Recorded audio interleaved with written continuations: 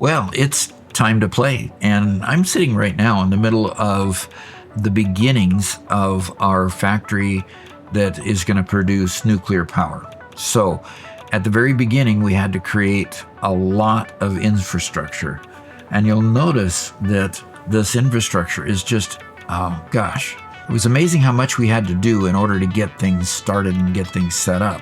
So let's see if we can review a little bit of it. First off, we've got steel beams being made out of steel ingots. I think we even made our steel ingots on property. Yes, we did. We made steel ingots on the premises here. We then turned them into steel beams. We had to make copper sheeting, and going over here, we fed those all into this machine making stators with copper wire and steel pipe.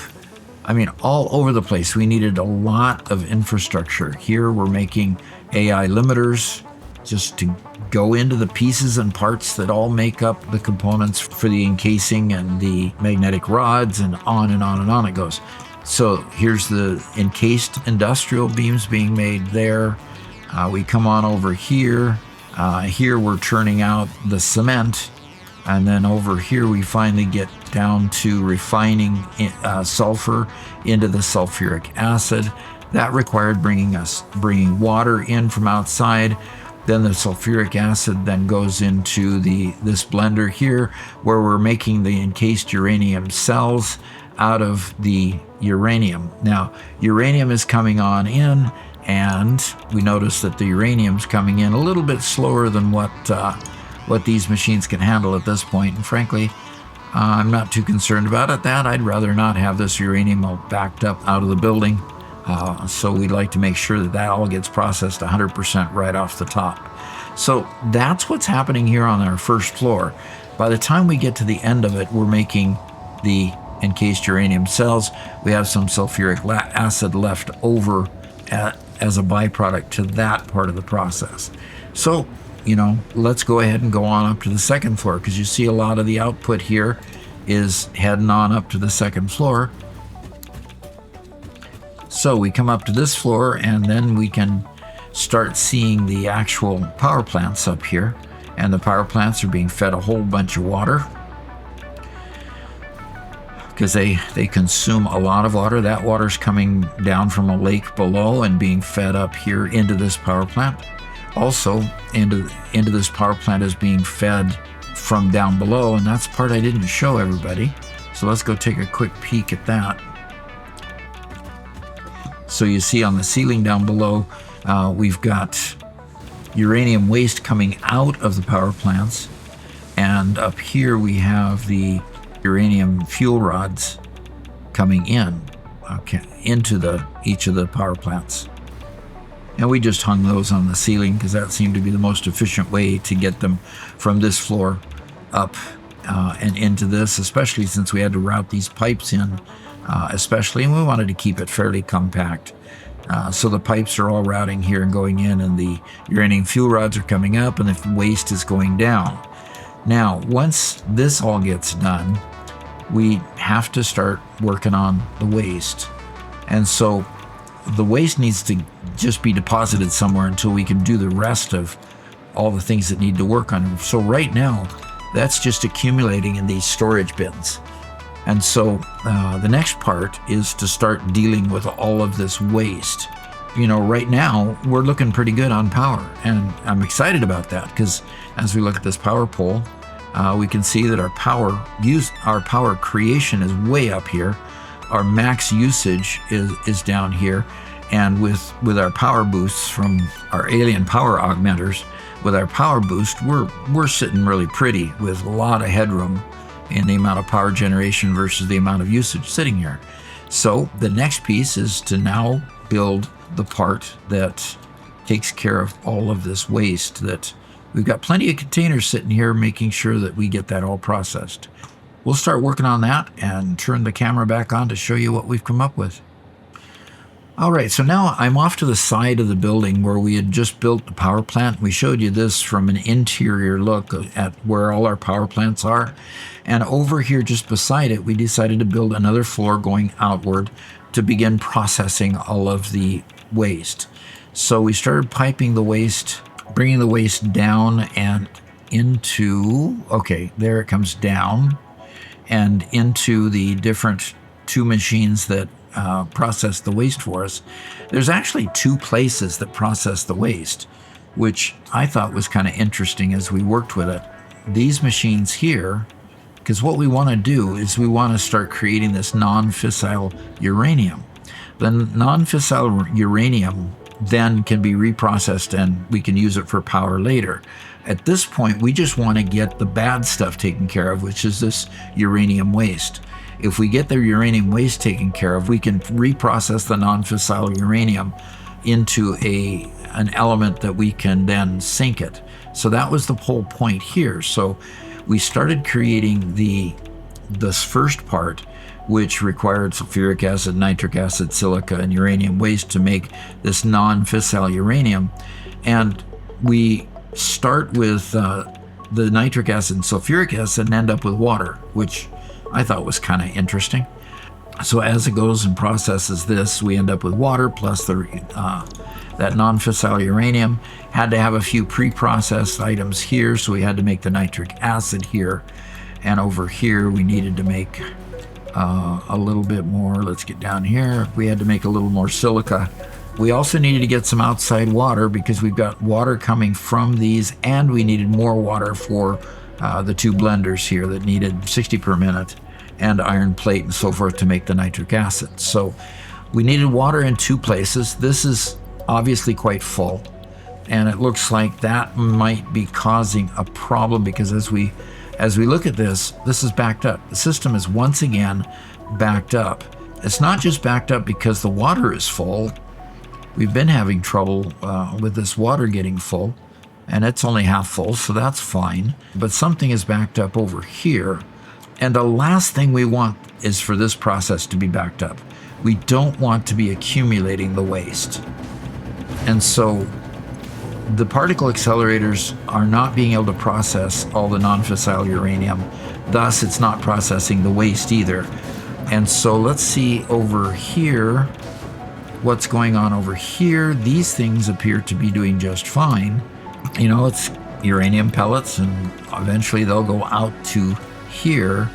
And if these machines are starved for something, they're not getting enough encased your plutonium cells, and that's what these are supposed to be creating over here. No, these are supposed to be creating the encased plutonium cells, but they're not getting enough plutonium pellets. So it looks like to start getting this thing balanced, we need more of these things. We need more pellets being created so it can process more of the uranium waste. We need more capacity on this end. I'm going to throw down another particle accelerator and see if that starts to solve our issue. So let's go production, particle accelerator. Okay. All right, so let's get this over to here, make it straight, and this over to here and make it straight. There we go. Don't need any liquid for this. Just need those two items.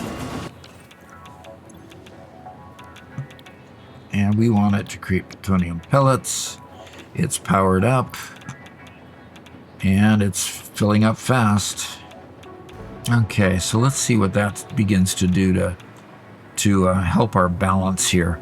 Looks like we've got good amount of waste coming in and starting to fill up machines. And we've got an output issue to handle here and back here. There we go.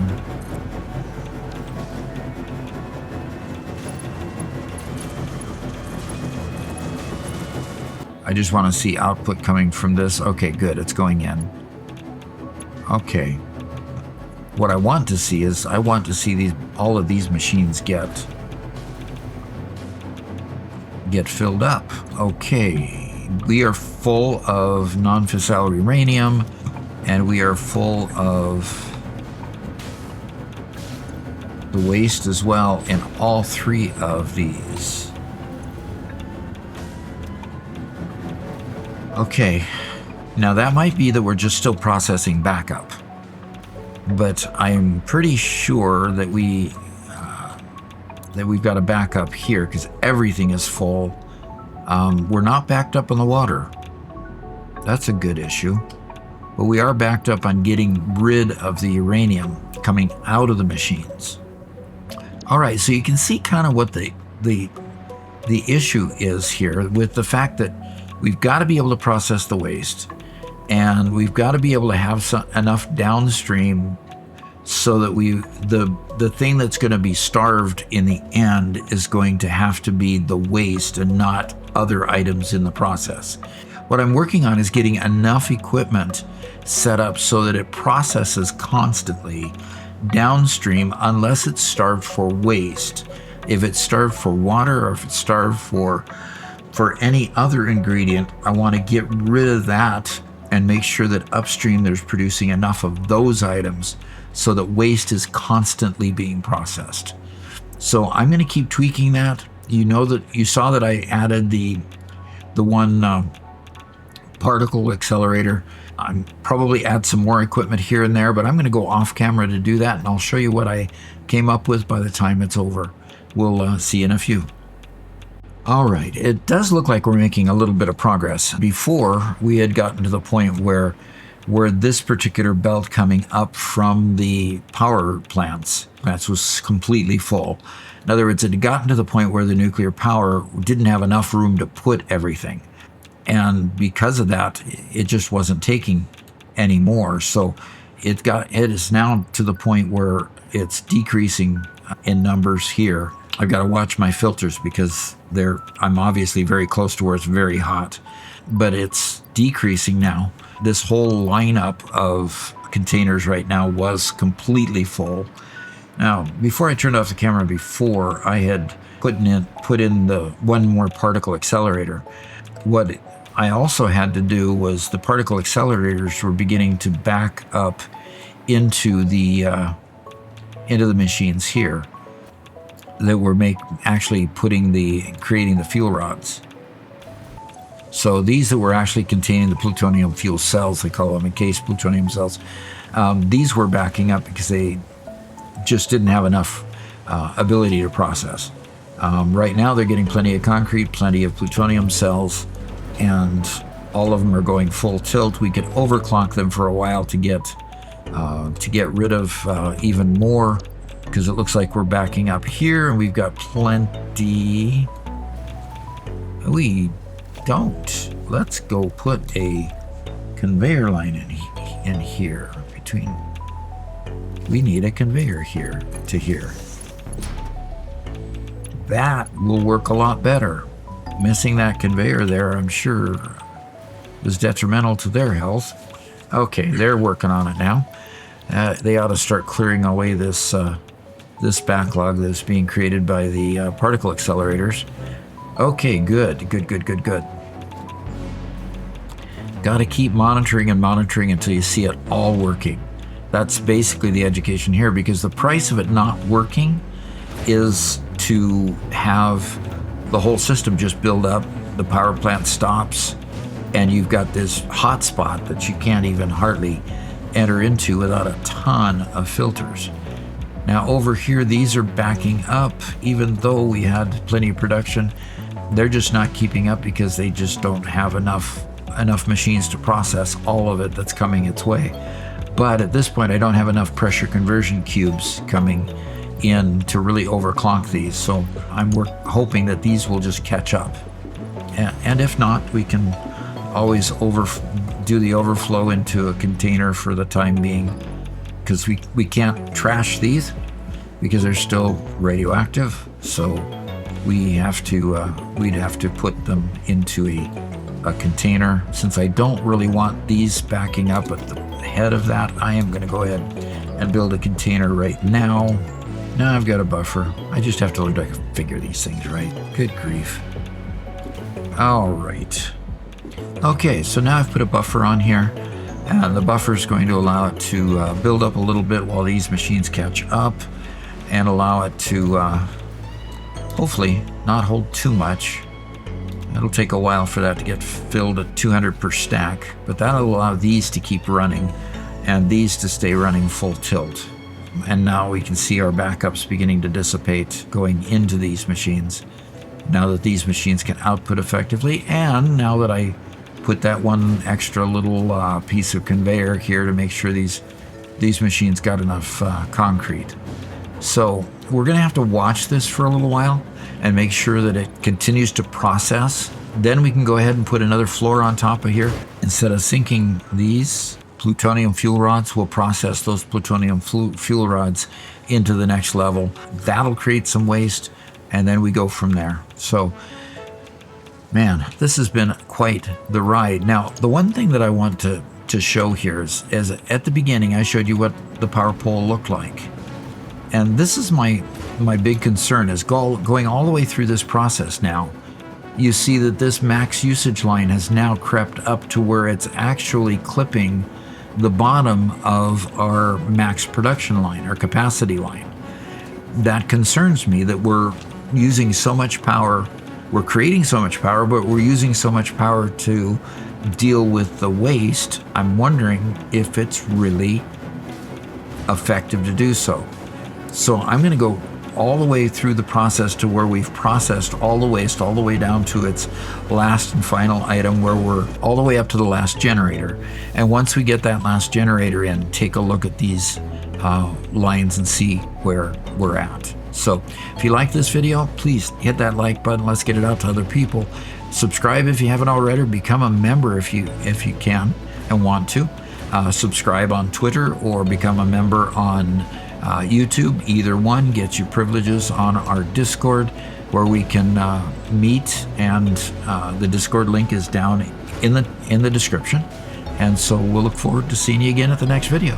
Thanks. Bye-bye.